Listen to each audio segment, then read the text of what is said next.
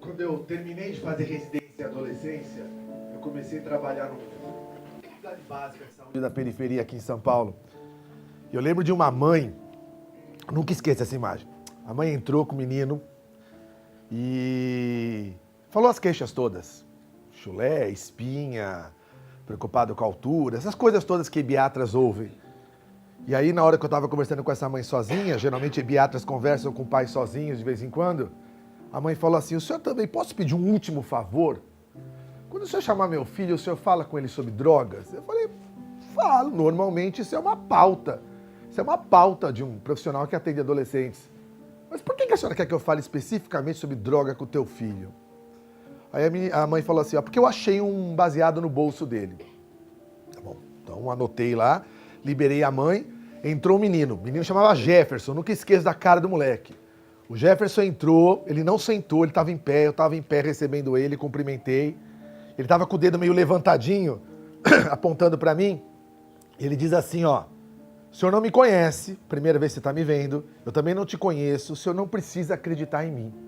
O senhor tem todo o direito de não acreditar na minha história, mas eu sei porque eu estou aqui. Falei: olha, Jefferson, não ia ser tão direto, mas já que você foi tão direto assim, vamos sentar e vamos conversar. Aí ele repetiu: o senhor não precisa acreditar em mim, o senhor pode achar minha história absurda, mas eu estou aqui porque minha mãe deve ter achado aquele baseado no meu bolso. Falei: ó, Jefferson, não ia ser mais direto ainda, também não ia ser, eu não ia começar meu atendimento por aí, mas já que você tocou nesse assunto, eu vou te contar então a história, Benito. Não precisa acreditar. Toda vez que eu chego em casa, ele estudava, né? Agora não estuda mais, numa escola da periferia de São Paulo, um bairro chamado Parelheiros, longe, a pontinho, extremo sul de São Paulo. Toda vez que eu chego em casa, a minha mãe fuça nos meus 2 bolsos da minha calça jeans. Ela abre a minha bolsa e mexe na mochila para ver se eu estou trazendo alguma coisa.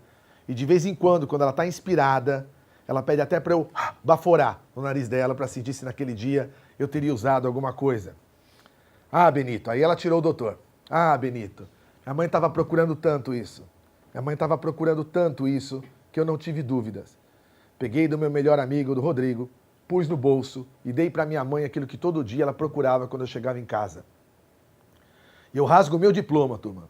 Eu rasgo a certidão de nascimento da minha filha, que acabou de nascer. Esse é meu primeiro evento oficial depois que eu virei pai. Estou emocionado hoje. Eu rasgo o meu diploma e minha certidão, a certidão de nascimento da Eduarda, mas esse menino Jefferson nunca usou maconha. Esse nunca usou. Eu vou começar essa minha aula com vocês contando esta história para vocês. É uma história de uma sociedade também que tomar um pouco de cuidado. Olhar um pouquinho o adolescente sem pé atrás. Eu tenho um residente hoje que atende adolescente no consultório e pergunta assim para o adolescente: e aí, você já usou maconha? E o moleque fala assim: não, eu nunca usei. Ele poderia passar para a próxima pergunta: e aí, como é que é a tua alimentação? Como é que está a tua prática esportiva? Os residentes falam assim: ó, pode falar, hein? Fica à vontade, você pode falar sobre isso. Essa é uma inquietação pessoal que eu tenho em relação à nossa leitura sobre a adolescência, que necessariamente é uma adolescência que degringola, é uma adolescência que nos causa problemas, e esse é o primeiro ponto que nos afasta da aproximação de atender essa molecada. É o primeiro ponto que eu converso com os pediatras e que um ebiatra pode contribuir, que nos afasta, talvez mais do que nos aproxime dos atendimentos desses adolescentes. Bom, eu preciso declarar meus potenciais conflitos de interesse. Especificamente nesse assunto eu não tenho conflito de interesse nenhum, não sou acionista de nenhuma empresa de bebidas, mas eu tenho um conflito: eu sou um médico de adolescentes, eu sou um ebiatra. Por que eu vou também começar a colocar esta ideia para vocês?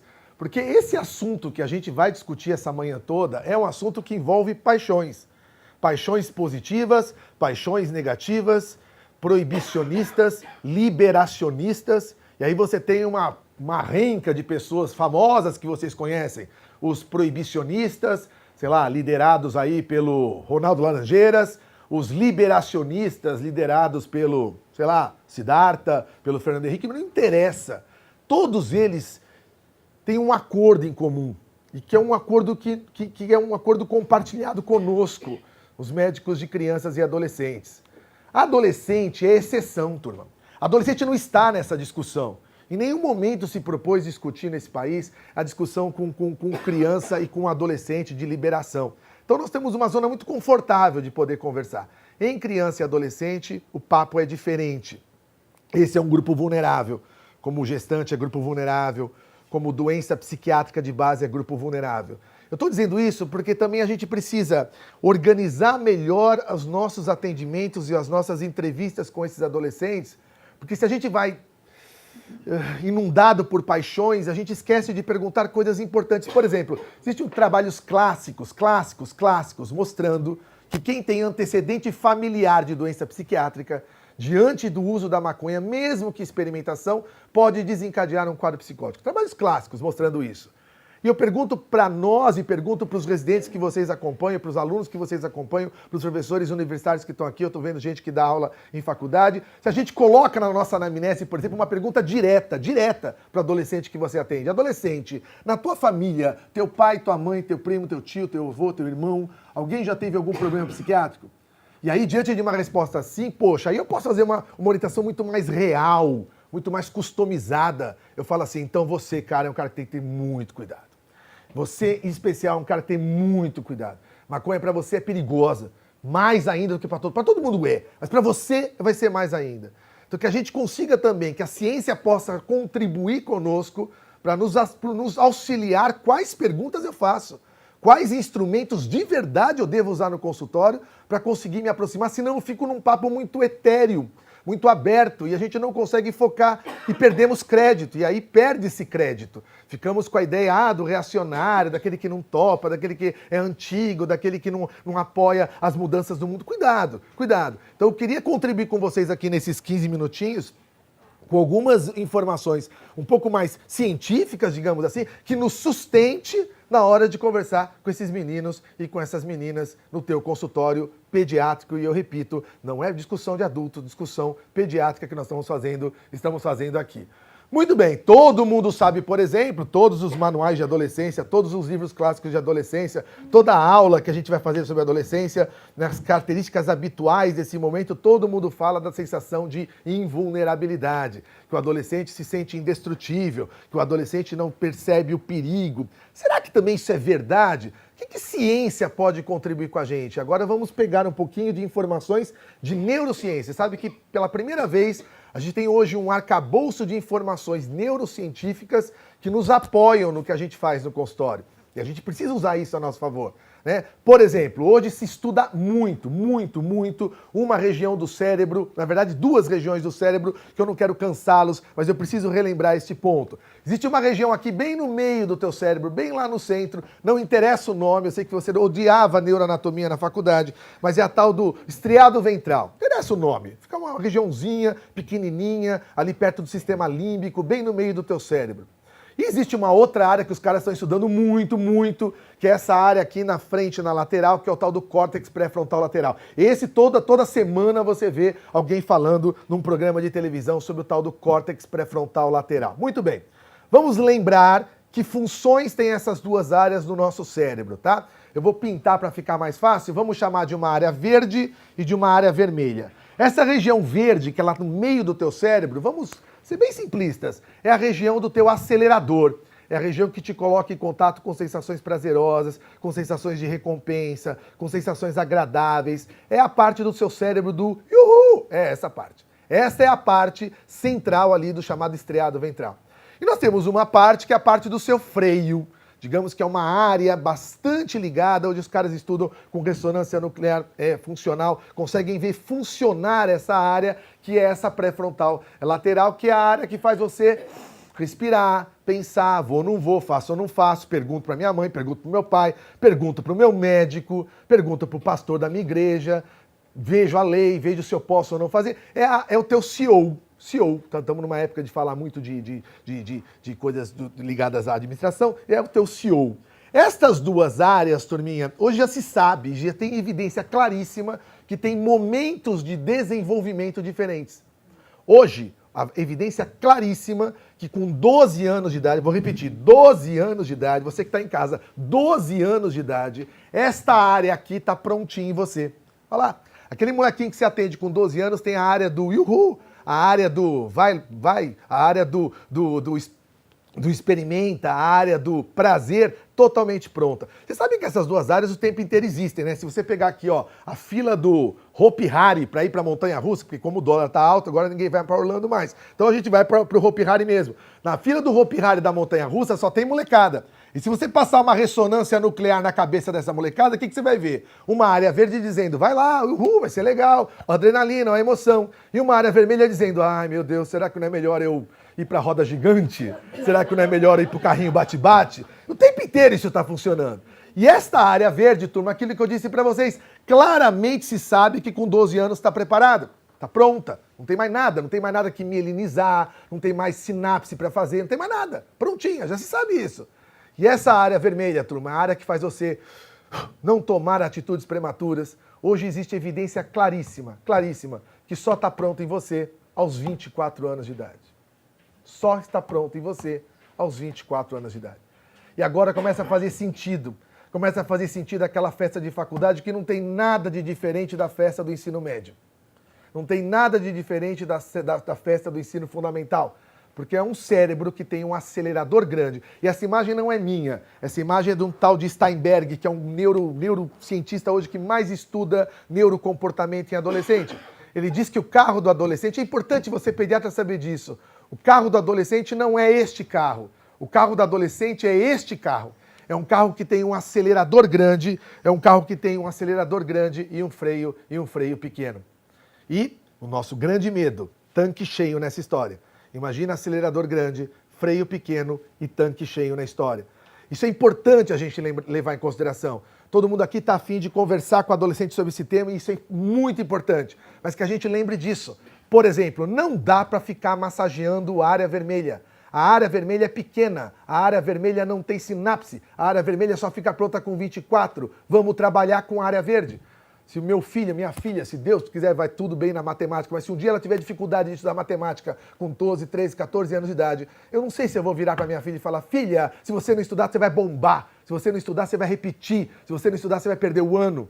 Talvez eu converse com ela assim, se você passar, se você não ficar de recuperação, tu ganha mais 2 semanas de férias. Você ganha mais tempo para ficar no videogame, você ganha mais tempo para ficar com o seu namorado, não. Namorado será cedo demais. Mas é isso, trabalhemos com área que funciona e não com área que não funciona, senão a gente fica rateando. E a gente está rateando já há muito tempo em relação a essa conversa com os adolescentes, porque a gente não conversa disso, a gente não conversa de assuntos que a ciência pode contribuir. Onde eu quero chegar, turma? Para de a gente começar a colocar essa história ou continuar falando de que a adolescência é hormônio. Adolescência não é eclosão de hormônio. Adolescência é cérebro. A partir desse momento que a gente entende melhor o funcionamento da cacholinha do adolescente, eu posso, de maneira mais objetiva, trabalhar algumas questões do adolescente. Pra vocês terem uma ideia, eu preciso dividir isso, eu preciso colocar uma opinião particular minha e preciso, dentro aqui da Sociedade de Pediatria, uma opinião minha, mas acho que contemplada e dividida por outros colegas aqui. Vários países do mundo hoje, por exemplo, Estados Unidos há pouco tempo tirou pena de morte em adolescente, ouvindo neurocientistas, ouvindo gente que estuda cérebro do adolescente. E aqui no nosso país estamos numa discussão tosca de redução de maioridade penal. Sem nenhuma ciência por trás disso, e também preciso dividir isso com vocês nesse tipo de evento. Então eu tenho uma emoção que diz para ir, não tenho ainda uma sabedoria pronta que diz para, que diz freia. E talvez aqui esteja a maior dificuldade que a gente tem para conversar com os adolescentes. A gente ainda tem uma dificuldade em entender quais são as características desse momento. Quais são as particularidades desse momento de vida. Quer ver um exemplo fácil? Um exemplo para não ficar complicado num sábado de manhã. Todo mundo nessa sala sabe que o adolescente tem uma tendência de turma forte, uma tendência de grupo. O adolescente ganha paz, ganha força, ganha tranquilidade quando está com o melhor amigo, quando está com a melhor amiga. Isso não precisa de evento nenhum para discutir, porque todo mundo sabe isso desde a própria vivência que você teve na adolescência. E o assunto droga, que é um assunto que está na moda e é importante que esteja mesmo, mas diz pra mim se lá na tua cidade, você que está me vendo, que está fora de São Paulo, que está no interior de São Paulo, diz pra mim se você não ouve na tua cidade a seguinte história, ó, cuidado com o pipoqueiro da porta da escola. Pipoqueiro do porta-escola é um cara do mal, é o capeta com a roupa de pipoqueiro. Ele pode te passar uma pipoquinha e pode te passar droga. Ou então, quer ver uma coisa que a gente já ouviu e fala isso pros meninos. Tem propaganda na TV que fala isso. Cuidado com o estranho na festa. O estranho na festa, se te oferecer alguma coisa, não pega. Turma, colegas pediatras que estão me vendo, qual o poder de interferência de um estranho na festa e de um pipoqueiro de porta de escola para um adolescente? Nenhum. Absolutamente nenhum. Ah, Benito, mas eu quero conversar isso no meu consultório, eu quero tocar nesse assunto, eu quero trabalhar esse assunto com a molecada. Então, que nós estejamos preparados para sentar o menino na tua frente, né, a menina na tua frente e perguntar assim, vem cá, como é que vai ser quando teu melhor amigo experimentar? Como é que vai ser quando tua turma te oferecer pela primeira vez? Como é que vai ser quando tua namorada tomar o primeiro porre? Isso significa um atendimento mais customizado para o adolescente.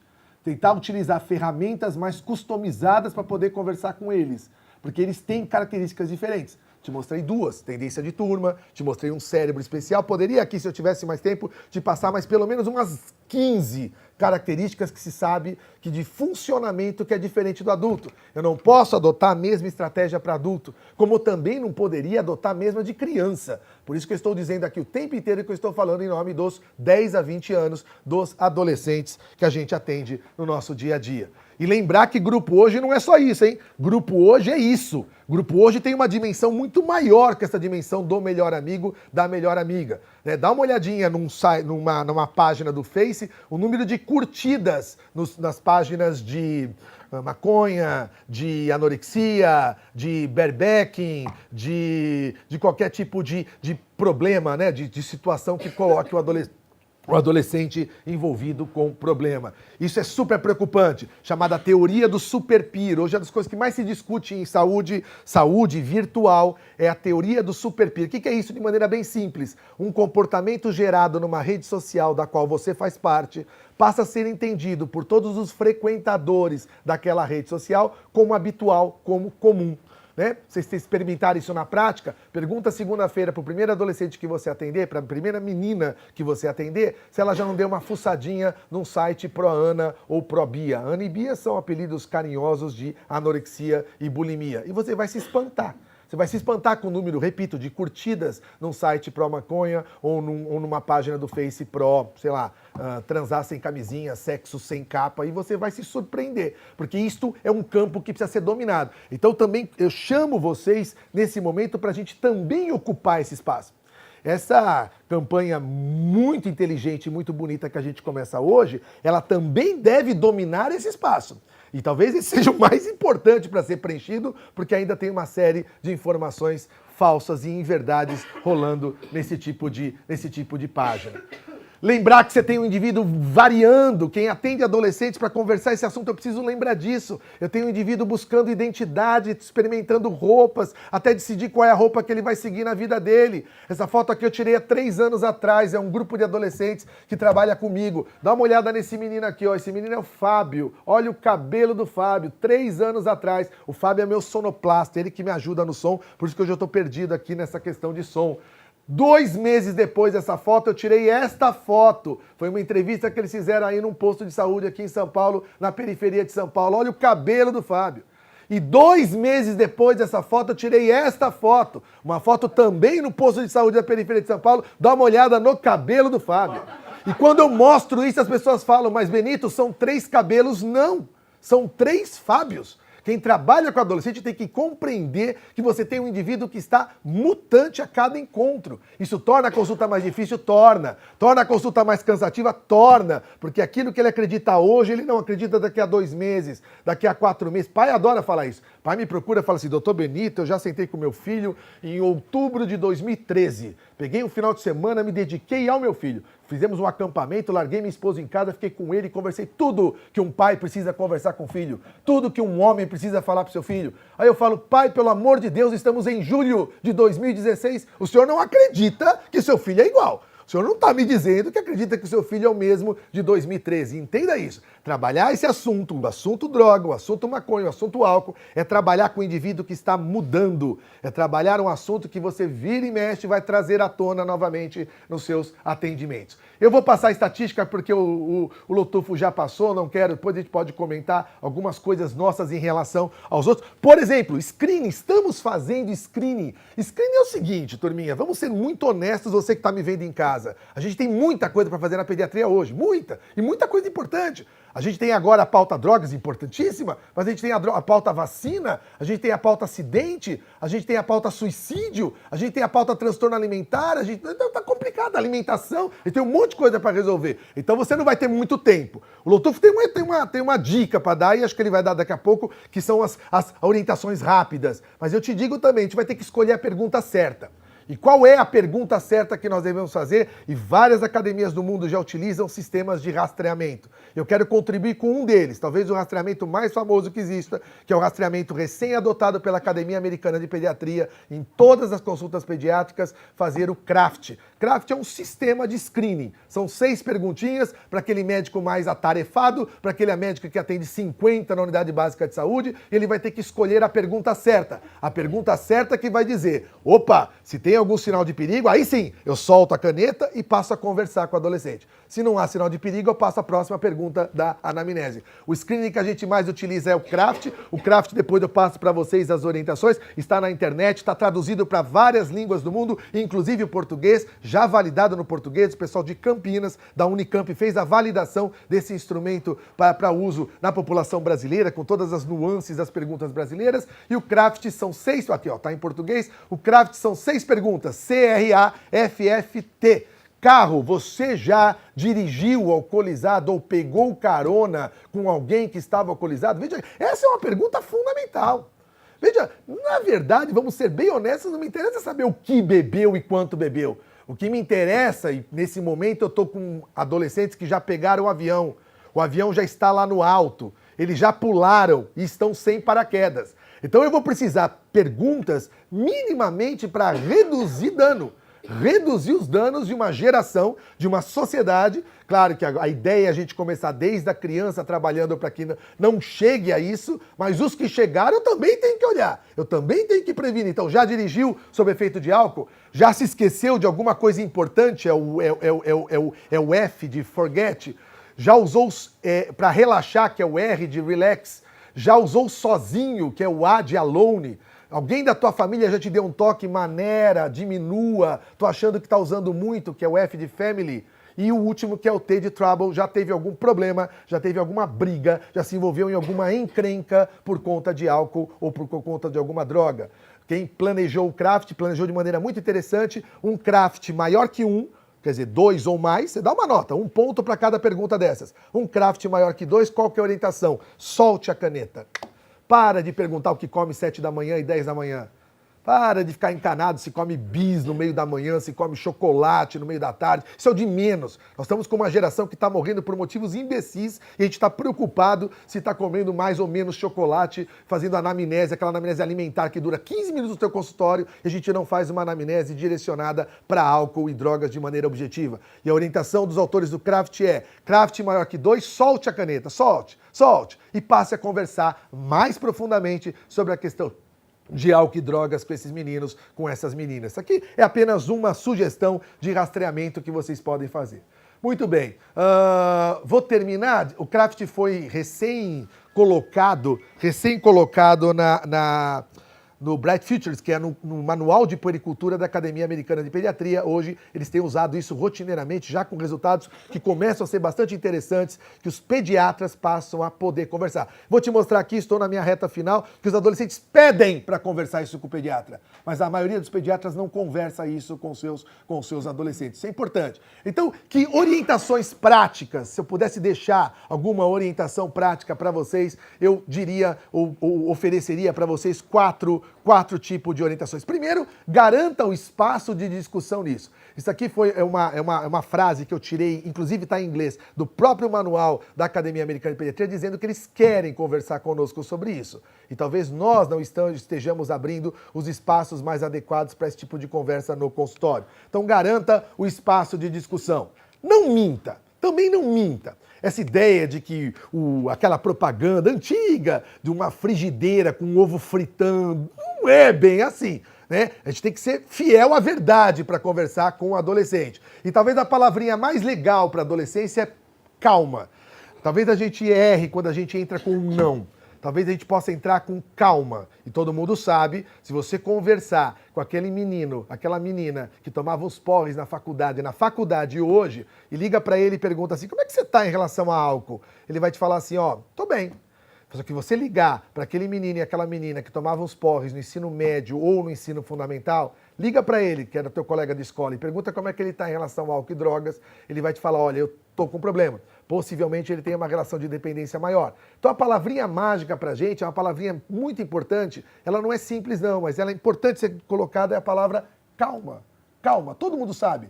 Quem nunca curtiu aqui maconha na adolescência, ficou esperando, virou adulto, perdeu a graça. Perdeu a graça. E essa é a ideia que a gente faz com o adolescente. Posterga. Posterga por quê? Porque aquela área verde, aquela área é do capeta para maconha.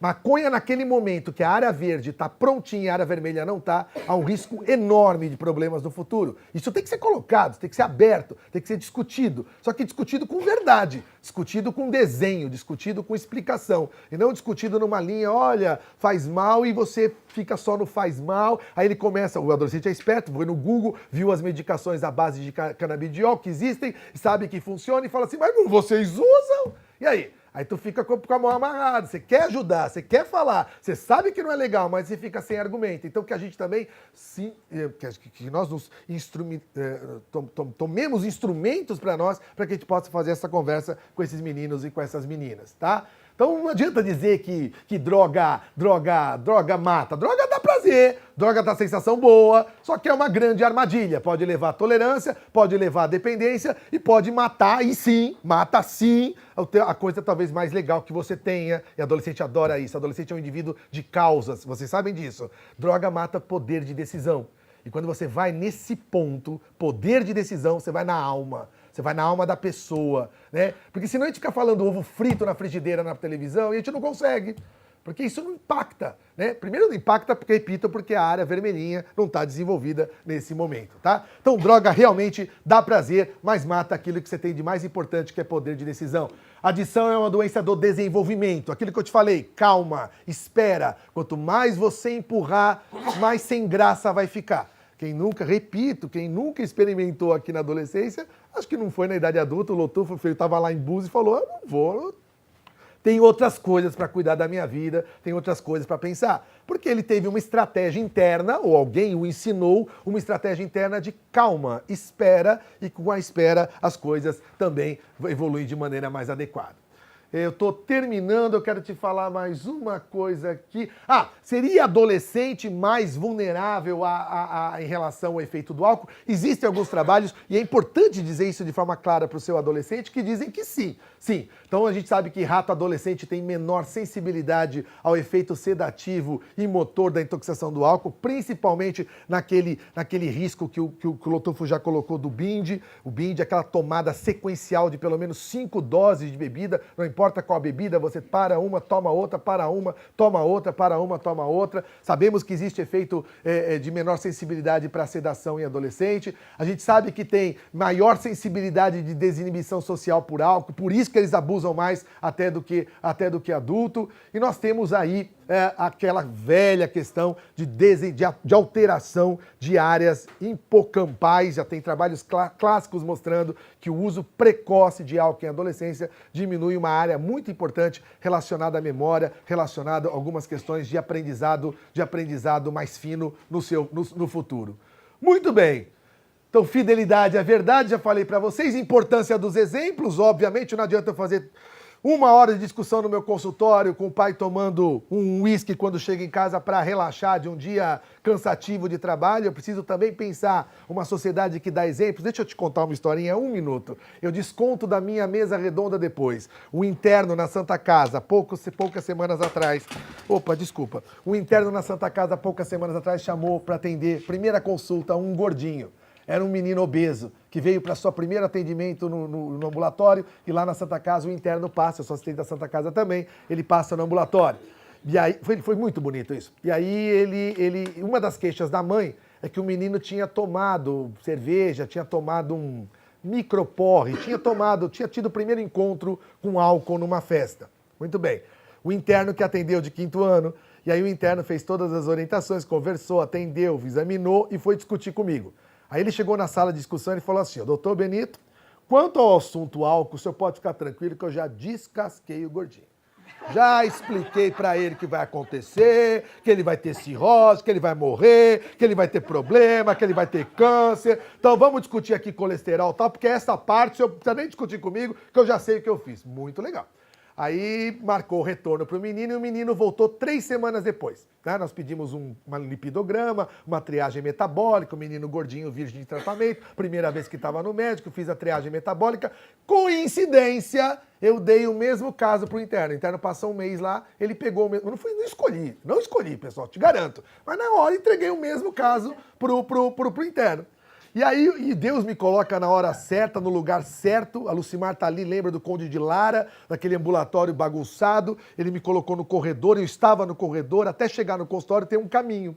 E o interno foi lá e chamou: Luiz Eduardo da Silva. Aí levantou o Luiz, veio na direção dele e eu ouvi. O Luiz falou assim: nossa, é o senhor que vai me atender de novo? Adorei o senhor é muito legal, o senhor é muito gente fina. Tanto é que, quando eu saí daqui aquele dia, o senhor não deve ter visto, mas eu entrei no Face e te chamei, te convidei para você ser meu amigo. Você não aceitou ainda, mas tá lá o meu pedido de amizade. Eu adorei uma foto que você tem no seu timeline.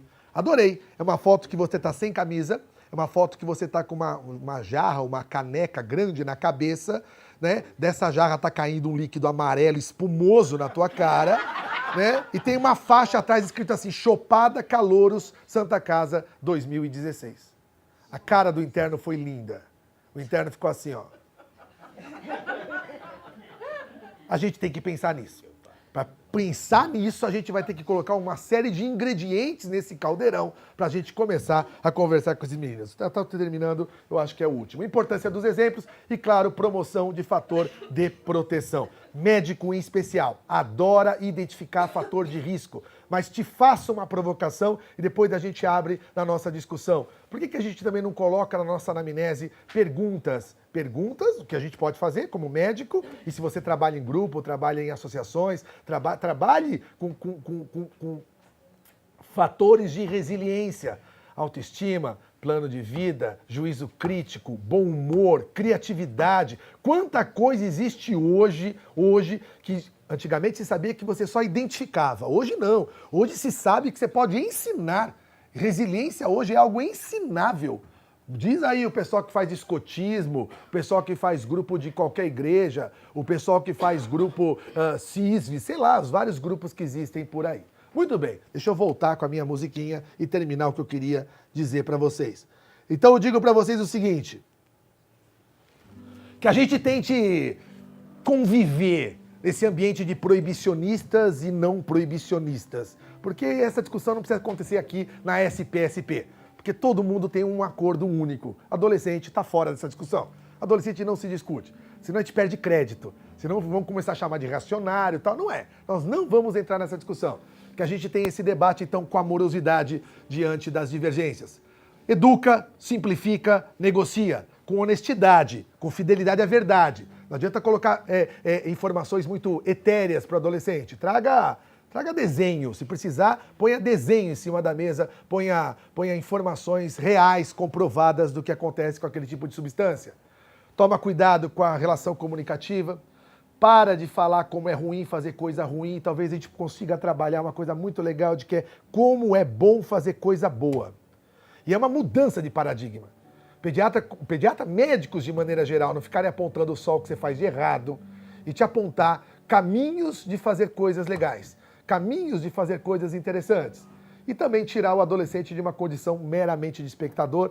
E eu acredito, e acho que a Isilda faz isso, acompanho o trabalho dela mesmo sem ela saber, ela traz um pouquinho o adolescente participando desse planejamento, participando das ações para eles, que eles precisam e que eles querem ouvir. Obrigado.